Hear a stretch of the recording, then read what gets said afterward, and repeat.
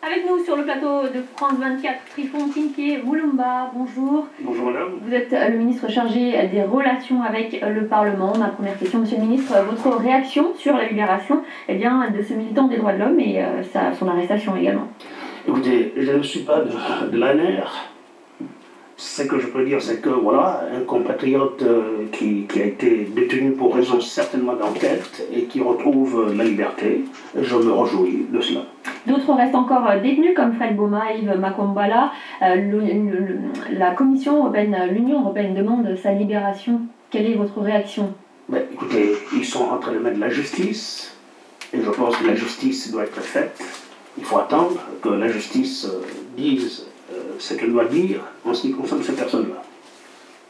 Vous êtes à la tête de l'association Kabila Désir. Vous êtes un fervent défenseur d'un troisième mandat du président Joseph Kabila. Vous êtes notamment contre la limitation du nombre de mandats. Pour quelles raisons défendez-vous un nouveau mandat du président? L'élection présidentielle, il faut le préciser, est prévue pour novembre 2016. Sur la limitation des mandats, nous sommes contre, en effet. Pour le principe, nous estimons que lorsque les élus, les députés peuvent être élus, réélus indéfiniment, lorsque dans d'autres pays d'Europe, on voit des chefs d'État qui peuvent être élus, réélus, et qu'on impose cela à des systèmes, à des chefs d'État africains, nous estimons que sur le principe, ce n'est pas normal, c'est injuste.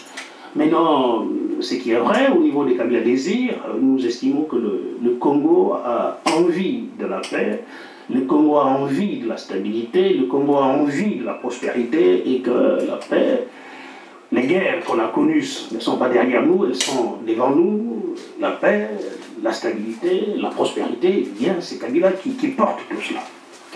Mais justement, il y a eu des violences en janvier 2015, notamment sur une éventuelle modification de la loi électorale. Ça a suscité des violences, il y a eu plusieurs dizaines de morts. Est-ce que ce n'est pas ce qui va provoquer une instabilité que de vouloir changer la Constitution? Écoutez, ce que nous disons, c'est qu'il faut dialoguer. Nous nous battons pour le dialogue. Et le président de la République a appelé au dialogue. Nous pensons que ce dialogue va finalement se tenir.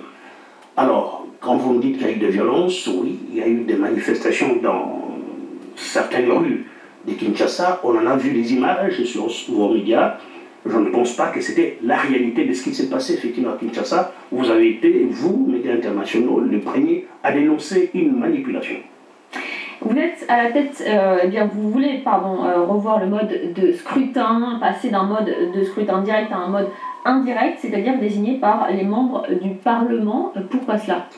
Encore sur le principe, madame, nous estimons qu'un pays immense comme le Congo, qui n'a pas d'infrastructure, eh bien, il y aura toujours de la contestation chaque fois qu'il y a élection. Alors nous estimons que rassembler un groupe plutôt réduit des 600, comment dirais-je, grands électeurs, comme ça se passe dans certains pays, aux États-Unis, en Afrique du Sud, eh bien, on peut contrôler effectivement et savoir qui a été élu. En même temps, on fait l'économie des moyens, donc on fait d'une part l'économie de la contestation et on fait l'économie des moyens.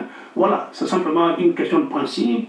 Je veux dire, le président sud-africain n'est pas moins président qu'un autre qui serait élu au suffrage universel direct. Le président des États-Unis n'est pas moins président qu'un autre. Et pourquoi le président du Congo, qui serait élu par un corps de ses élus, serait moins président? Voilà. Alors on a vu hier, mardi, l'opposition ne voulait pas la modification de la loi électorale sur la répartition des sièges pour les élections locales prévues en octobre 2015. Alors ne pensez-vous pas qu'un changement de constitution va susciter encore plus d'opposition? Madame, écoutez, quand vous me dites que l'opposition ne voulait pas, nous sommes dans une chambre qui compte une centaine d'élus. Lorsque on a 77, comment dirais-je, élus qui sont présents et qui votent un projet de loi, c'est tout à fait valide. On a vu ça dans d'autres pays, ici en France. L'opposition a boycotté cette session. Une partie de l'opposition, il faut bien le dire.